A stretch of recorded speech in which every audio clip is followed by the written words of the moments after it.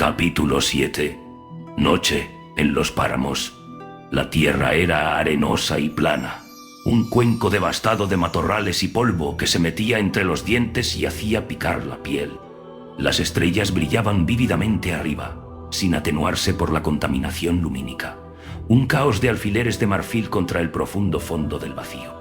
La luna era un creciente menguante, haciendo que las colinas distantes adoptaran un suave tinte azul bajo la oscuridad. Aquila cojeó hasta la cima, sintiendo sus articulaciones, tanto las originales como las mecánicas, doler. Su uniforme colgaba un poco demasiado suelto sobre su cuerpo, últimamente. En otro tiempo, había llenado bien su equipo de batalla. Se veía bien con él, y eso había significado mucho para él. Se suponía que las cosas eran más civilizadas en estos días, pero siempre había encontrado verdad en el viejo adagio de que a las chicas les gustan los soldados. Había estado en muchos lugares, muchos campamentos, moviéndose con las campañas que nunca parecían terminar del todo, y había sido bastante divertido. A pesar de todos los cambios, unas pocas cosas seguían siendo constantes en la guerra: el alcohol, el aburrimiento, el tiempo para matar. Y entre esas pausas, pasadas en tabernas y antros de Amasek, con un brazo alrededor de alguien amigable, estaba la repentina emoción de que todo comenzara de nuevo. Aquila disfrutaba mucho pelear. En los primeros días lo hacía por dinero, que le daba lo necesario para comprar esos buenos aumentos de los carniceros de carne en los combates de las combinaciones de Mumbai Rashtra. Durante mucho tiempo, eso había sido un buen negocio, y todo lo que tenía que hacer era mantenerse con vida. Su ojo derecho era un oculus de apuntado, su mano derecha estaba reforzada con un núcleo de tungsteno, y ambas piernas habían sido despojadas y reconstruidas con impulsores musculodérmicos. Había resistido la idea de incorporar reductores de dolor en su sistema nervioso, porque también reducían el placer, y eso había sido más prioritario en aquellos días. Esos habían sido buenos tiempos. Las guerras eran frecuentes, cortas y localizadas. Nadie tenía suficiente poder para acabar con nadie más, no de verdad, y así todo se reducía a escaramuzas e incendios, rápidamente terminadas, rápidamente pagadas. No podía recordar cuándo había empezado a cambiar. Alguien, hace mucho tiempo, le había hablado de un emperador del sur, o tal vez del oeste, que estaba devorando poco a poco los pequeños reinos. Podría haber sido Julia, o tal vez Eleonora, pero quien fuera, no había prestado mucha atención, porque siempre había historias de emperadores devorando pequeños reinos, ya fuera por pensamientos esperanzadores o temor, dependiendo de la perspectiva. Esta vez, sin embargo, había sido real. El trabajo empezó a escasear, y por primera vez Aquila tuvo que viajar para encontrarlo. Comenzaron a trazarse fronteras, con torres de vigilancia y patrullas. Los parámetros de la vida se redujeron justo cuando la lucha se volvió más dura y menos divertida. Los ejércitos empezaron a aparecer con uniformes mucho más elegantes y armas mucho más grandes. Lo peor de todo, los pagaban no por resultados, sino como profesionales. Después de casi morir en aquel negocio cerca de la depresión de Arabin, tuvo que hacer una seria reflexión. Resultó que a la mayoría de las personas en realidad no les habían gustado los soldados. Solo eran los que tenían el dinero y las armas, y así las cosas se volvieron peligrosas. Había un aire de venganza en el ambiente. Los buenos tiempos eran vistos por preocupantes números de individuos como tiempos realmente malos, y corrían historias de linchamientos. Así que Aquila hizo lo que siempre había hecho: adaptarse. Se fue al este, luego al norte, manteniendo sus aumentos ocultos, agotando lentamente sus reservas de monedas del último gran trabajo y buscando una salida. Donde quiera que iba, era la misma historia: el emperador, el emperador, el emperador. Cuanto más viajaba, más se abrían sus ojos. Estaban construyendo cosas de nuevo: ciudades, puertos, fábricas. Los pequeños reinos realmente estaban cayendo, derrumbándose más rápido cada año, sus recursos y su población absorbidos por esa gran bestia de un imperio que parecía estar de repente en todas partes a la vez. El imperio, lo llamaban. Había todo un lenguaje resucitándose con él. lleno de rangos y cargos desconcertantes, y un solo icono ondeando en 1000 estandartes diferentes, la cabeza de un águila rodeada por rayos. A la gente parecía gustarle ese emblema. Donde esos estandartes ondeaban, la fría mano del orden se restauraba. Era un espectáculo sombrío, pero no uno que se pudiera desafiar, al menos por el momento. Aquila encontró un regimiento imperial reclutando en la zona industrial de la hiperconurbación de Rohin, y gastó lo último de su dinero limpiando las peores señales de su vida pasada. Resultó que no hacía falta que se molestara con eso. La necesidad de soldados era casi inagotable, y los oficiales prestaban muy poca atención al origen de sus reclutas. No tenían muchas opciones, para ser justos, pues Terra estaba llena de muchos Aquilas, todos los cuales se veían más o menos iguales y tenían las mismas historias tediosas que contar. Así que la lucha comenzó de nuevo. Ya no era tan entretenida, pues tenía que encajar en batallones y seguir órdenes. Aún así, le pagaban. Vio más del mundo, que estaba siendo moldeado y rehecho a tal velocidad que nadie sabía realmente qué pensar al respecto, salvo esos aterradores guerreros del nuevo imperio que cruzaban sus límites como centinelas dorados de una era olvidada. Aquila incluso vio a uno de ellos una vez, desde la distancia. Debería haber estado concentrado en su propia lucha, avanzando por el cauce de un canal de riego seco, para asaltar una estación de bombeo en ruinas. Pero una vez que vislumbrabas a uno de esos demonios dorados, todo lo demás parecía un poco sin sentido. Usó sus viejos aumentos para obtener una mejor vista, y desde casi 3 kilómetros de distancia observó todo desarrollarse. No podía ni contar la cantidad de enemigos que había matado. En realidad, ni siquiera podía ver cómo lo hacía. El ritmo era demasiado rápido. El demonio no usaba un arma de fuego, como cualquier persona sensata, sino algún tipo de lanza envuelta en electricidad. Estaba cortando piedra sólida, atravesando la mampostería como si no estuviera allí. Un viejo tanque oxidado fue derribado de una patada, y luego destrozado en pedazos de metal ardiente. Aquila se encontró horrorizado. Ese nivel de poder desnudo era injusto. No podía haber disfrute en ello. No había posibilidad de que el otro pudiera dar un golpe de suerte. No había indicio alguno de que estuviera cambiando dinero de manos con esas cosas, lo cual era una aberración. Luchar por el simple hecho de hacerlo, sin una recompensa decente por los servicios prestados, era la inclinación más perversa de todas. Así que apagó el aumento y volvió a lo que se suponía que debía hacer. Y sin embargo, nunca lo olvidó. En las ciudades ondeaban esos estandartes con cabezas de águila y se celebraba el regreso de la civilización, pero allá afuera, en los desiertos y las ruinas, en la línea del frente, se soltaban monstruos. No importaba que estuvieran revestidos de oro y carmesí, que parecieran algo noble y refinado, porque nada noble y refinado podía hacer esas cosas. Era una farsa, y Aquila sabía mucho sobre eso, porque había estado del otro lado de ellas más veces de las que le gustaría admitir. Mantuvo la cabeza baja después de eso. Fue donde le dijeron que fuera. No prestó mucha atención a los nombres ni a los lugares, porque cuanto menos supieras, mejor. Comenzó a beber para olvidar, no por diversión, y eso tuvo las consecuencias predecibles. Envejeció. Sus implantes comenzaron a doler. Su historia, por innoble que fuera, evidentemente estaba llegando a su fin. Se deslizó hacia los márgenes. Resultó que había otros que no apreciaban del todo cómo iban las cosas. Algunos eran descontentos y ladrones, otros estaban locos, otros como él, nunca encajaron realmente en ningún lugar. Otros, descubrió, tenían preocupaciones mucho más profundas. Lentamente, por un proceso del que apenas fue consciente, se encontró justo al borde, listo para los susurros que aún corrían por el aire que se limpiaba rápidamente, si sabías dónde escuchar.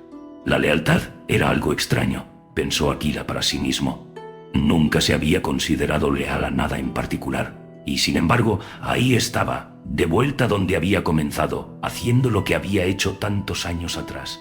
Ahora, el peligro era mayor, mucho mayor. Sus posibilidades de sobrevivir al año eran más escasas que nunca. Aún así, al menos estaba divirtiéndose otra vez. Eso era lo importante. Tropezó, su tobillo girando sobre una roca mientras cojeaba hacia la cima de la colina. Se apoyó en su rifle Yag, un arma arcaica casi tan alta como él, y recuperó el aliento. El aire estaba frío, y se volvería rápidamente más frío a medida que la noche avanzara. Abajo, extendido en el valle de la grieta, estaba el destacamento avanzado. El aire nocturno sabía a Prometeo, y vibraba con el ronco gruñido de cientos de motores al ralentí. Lámparas de sodio titilaban entre las oscuras moles, delatando el movimiento de miles de soldados marchando. A un lado, protegidos por 2 líneas de blindaje pesado, los transportes de suministros esperaban en silencio. Drones exploradores rondaban por encima, negros como el alquitrán y casi silenciosos. Aquila sintió un pulso en su cuello. Olfateando, buscó el rastreador en su cinturón. Su pulgar se movió torpemente sobre el parche de identificación, delatando esa maldición de la edad. Le tomó un momento que la bobina de comunicaciones se despejara y entonces estaba brillando. Un mensaje simple, uno que habían estado esperando durante semanas. Lo miró, comprobando que definitivamente fuera el correcto. Sintió que su envejecido corazón se aceleraba, latiendo con más fuerza, como en los viejos tiempos. Su rostro curtido se agrietó en una sonrisa. Decía el rastreador: allá en el valle de la grieta, miles de rastreadores estarían diciendo lo mismo. Justo a tiempo, cientos de motores cobraron vida con un rugido ahumado. Los drones descendieron con un zumbido, listos para ser guardados en sus portadores. Los faros de los vehículos se encendieron, proyectando largos charcos de oro sucio sobre la estepa iluminada por la luna. «Estamos en marcha», se dijo con felicidad, cojeando cuesta abajo hacia su propio transporte. Mientras iba, revisó 2 veces la unidad de energía de su rifle, y el acto en sí le dio una oleada de placer. Los primeros transportes ya estaban en movimiento. Tomaría horas despejar el punto de reunión. Tal era el volumen reunido allí: desechos, renegados, vagos de toda clase, reforzados por los verdaderos creyentes. Pero el viaje se sentiría corto. «Estamos en marcha», pensó Aquila, apresurándose a unirse a su unidad, sin saber ni importarle nunca de dónde había venido la orden, porque esas cosas nunca le habían importado, solo lo esencial. De nuevo en marcha, tal como debería ser. En el principio no había altos señores. El imperio, en sus primeros días, solo requería generales, y pocos de ellos. El emperador siempre había estado presente, y él era la estrella central alrededor de la cual todo lo demás giraba. Para muchos, el emperador y el imperio eran prácticamente sinónimos, uno reflejo del otro. Eso era una simplificación, pero capturaba una verdad esencial. Sin él, no había diferencias sustanciales entre este nuevo poder y todos los demás que brevemente habían alcanzado prominencia antes. En el lenguaje de los antiguos lógicos, el emperador era un componente necesario del imperio, aunque no suficiente. Luego, por supuesto, estaba Malcador.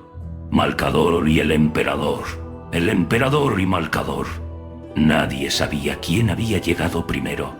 Los rumores eran innumerables. Algunos decían que Malcador había sido la primera creación genética del emperador. Otros afirmaban que eran gemelos, uno dotado de poder y el otro de astucia. También se decía que Malcador había viajado por la tierra, recolectando fragmentos de un todo mayor, y había creado al emperador como un ser gestáltico de poder infinito. Persistían rumores de que se habían realizado rituales chamánicos, aunque nunca era fácil determinar por quién, para quién o con quién. Muchos veneraban a Malcador. Muchos más lo odiaban y temían en secreto, contando historias de que susurraba mentiras al oído del emperador para mantener oprimidos a los pobres y apropiarse de riquezas. Con Malcador, lo único seguro era que conocía las historias, ayudaba a difundirlas y se aseguraba cuidadosamente de que todas fueran falsas. La esencia de Malcador era que no tenía esencia. Era una sombra, un recuerdo, un pálido reflejo del alma mayor que caminaba a su lado. Su poder, colosal en sí mismo, radicaba en la desviación y la incertidumbre. El emperador podía nivelar una montaña con una palabra de verdad. Malcador la erosionaría en 1000 años de mentiras.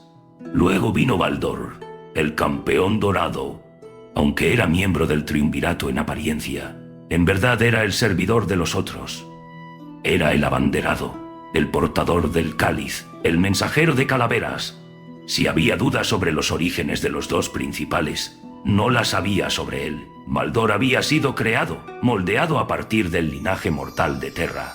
Tal vez hubo otros capitanes generales, o intentos fallidos de crear uno, pero él había sido el que perduró. Él estableció el modelo, nunca roto después, para la Legio Custodes. Si Baldor hubiera sido un hombre diferente, quizás los custodios también lo habrían sido. Era serio, reservado, de hablar tranquilo, inteligente y sobrio. Así eran todos ellos, también. Quizás eso era resultado de su creación, o tal vez de la influencia de su capitán. Naturaleza, crianza. Incluso para los semidioses, los antiguos debates podían persistir. Por debajo de esos tres, durante mucho tiempo, no había nada. Soldados, científicos, constructores, artesanos, sí, pero no estadistas ni consejeros. No eran necesarios al principio porque ¿quién podría compararse con este trío original de seres sobrenaturales? ¿Qué consejo tomarían tales leviatanes de la masa inculta y brutal de una humanidad sometida? Solo cuando cayeron las primeras ciudades, las cosas comenzaron a cambiar. Un ejército conquista, una administración gobierna. Desde el principio, las intenciones del emperador fueron claras: volver a los métodos del pasado, imponer la ley, desterrar la superstición y la religión, inaugurar una nueva era de descubrimiento. Los súbditos del imperio primero se contaron por miles, luego por cientos de miles y luego por millones. Ni siquiera el más poderoso de los señores de la guerra podía gobernar a tantos sin ayuda. Así que al principio surgieron los magisters temporales, gobernantes de provincias encargados de asegurar la recaudación de impuestos y la seguridad después de que los ejércitos pasaran a nuevas conquistas. Pronto se les sumaron los señores civiles regionales, quienes asumieron la responsabilidad de los crecientes conglomerados de provincias. Durante un período de casi 70 años, este sistema se mantuvo apenas funcionando, enfrentando las múltiples demandas de una población en expansión. Hubo disturbios alimentarios en Asia Majoris, corridas de moneda en el bloque indonesio y un continuo foco de agitación e insurrección intermitente en casi todos los lugares. El emperador estuvo en guerra todo ese tiempo, ocupado en sus muchos programas científicos, y no podía ocuparse de cada disputa menor y levantamiento. Una vez que el palacio fue construido en su estructura básica y la capital del imperio quedó asentada en Himalaya, se pudieron establecer raíces más duraderas. Se crearon estándares de gobernanza, supuestamente redactados por Malcador como parte de los preceptos iniciales de la Lex Pacífica. Los señores civiles se convirtieron en el segundo nivel de mando, supervisados por 4 altos señores civiles, cada uno responsable, no de un dominio geográfico, sino de un área de gobierno. El Lord Comandante Militante de los ejércitos imperiales, el Maestro del Administratum, el Mariscal Provincial de la Divisio Arbites y el Canciller del State Imperium. En ese momento, ni siquiera los propios individuos sabían si tal disposición sería duradera o si sería barrida o modificada por las mareas del cambio. Pero por el momento, se había establecido el nivel más alto de autoridad bajo el gobierno directo del emperador. Algunos patrones antiguos no fueron adoptados. Nunca hubo un mandato democrático, pues el mundo era demasiado peligroso para permitir que las masas influyeran en la dirección a seguir. Siempre fue una dictadura, encabezada por un único individuo, pero con la promesa de un gobierno benigno en su núcleo. Los altos señores no eran figuras decorativas ni carecían de poder. Mientras el emperador arrasaba los antiguos continentes arruinados al frente de sus ejércitos genéticamente mejorados, recaía en ellos la tarea de asignar recursos escasos, supervisar la operación de los agentes de la ley y reconstruir todo lo que generaciones más negligentes habían desechado deliberadamente. Como dijo Noum Retraiva, el primer maestro del Administratum. Ellos son la espada, nosotros somos la pluma. Hay un viejo dicho sobre el poder relativo de cada uno, pero olvido su formulación precisa. Todos habían recorrido caminos tortuosos para alcanzar sus altos cargos. Retraiva había nacido para gobernar. Descendía de una de las antiguas familias puras de la costa oeste, devastada por los átomos de Mérica, y poseía una riqueza fantástica. Unirse al nuevo imperio había sido una decisión fácil para él, pues el poder siempre reconocía al poder. Había aportado 9 regimientos blindados a plena capacidad y bóvedas llenas de tecnología valiosa. Algún tipo de recompensa era inevitable. Era un hombre cínico, con un ojo para el enriquecimiento personal, pero también temiblemente riguroso. Bajo su dirección, la capacidad del Administratum creció rápidamente, incorporando a cientos de oficiales, o adeptos, como cada vez más se decía en gótico. Pelops Dravagor, el canciller del State Imperium, era una criatura de Retraiva. Clisangüeya, el lord comandante militante, era del círculo de Malcador. Eso dejaba al mariscal provincial, máxima autoridad sobre la Lex y maestro de la red de árbites, que también crecía rápidamente. Por alguna razón, como resultado de intrincadas maniobras que incluso Kandawire encontraba difíciles de recordar en detalle, el puesto no recayó en un potentado de la vieja escuela como Retraiva ni en un lacayo profesional como Dravagor, sino en una refugiada de Afric que se había hecho un nombre en los caóticos tribunales y células de arbitraje de Himalacia. Uoma Kandawire, mariscal provincial. El título aún le parecía extraño, casi como una broma sin remate. En sus rechonchos dedos descansaba la implementación de todas las leyes, la imposición del orden y la supresión de las erupciones civiles. La expectativa, quizás, habría llevado a un alma autoritaria a ocupar ese puesto, pero Kandawire nunca había sido así. Cuando las guerras terminen, le había dicho a Malcador años atrás, antes de que su posición fuera confirmada y cuando apenas eran conocidos. La historia nos dice que el ejército victorioso se vuelve contra el pueblo. ¿Qué los protege? ¿Armas? No tienen ninguna. Solo el poder civil. Solo la ley. Este ejército sostiene la ley, había dicho Malcador suavemente, con tono divertido. Por ahora, había respondido Kandawire, mirando directamente al rostro arrugado y reseco del sigilita. Pero la conquista terminará algún día. ¿Y entonces qué? ¿Dónde aprendiste esta historia? De viejos Shobit libros, tomados del ardiente borde de Afric. Esa había sido la única respuesta. El sigilita podía burlarse de eso cuanto quisiera. Tal vez había vivido lo suficiente para recordar las viejas glorias de primera mano, pero ella sabía que lo que su padre le había dicho era cierto. Siempre había sido así, y siempre lo sería, sin importar cuán benigno y generoso se supusiera que era este emperador. El guerrero es el servidor del trabajador, y así, ahora volvía a la torre para poner a prueba la resiliencia de ese mantra. Las nubes de tormenta habían llegado con fuerza desde el oeste sobre el palacio, arrojando un granizo sucio sobre los sitios de construcción. Los vehículos pesados y las grúas se hundían en el lodo helado, mientras sus cargas eran azotadas por vientos cargados de aguanieve.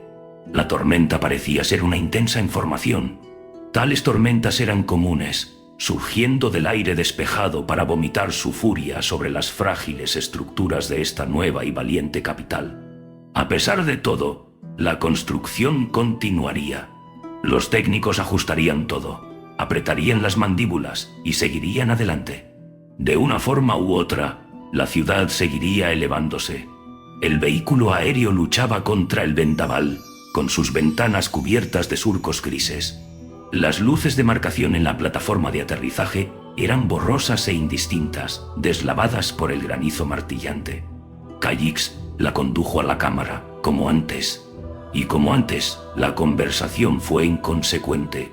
«Clima inclemente», dijo el ayudante. «Sí, terriblemente», respondió Kandawire, preguntándose si el sarcasmo registraba en esas personas. Y luego todo se desvaneció nuevamente, como lo había hecho la última vez, dejando la cámara de piedra dura, el mármol pulido, los ecos vacíos. No había sol bañando esa piedra ahora, y las ventanas se abrían a un torbellino de gris, envolviendo las torres en el horizonte.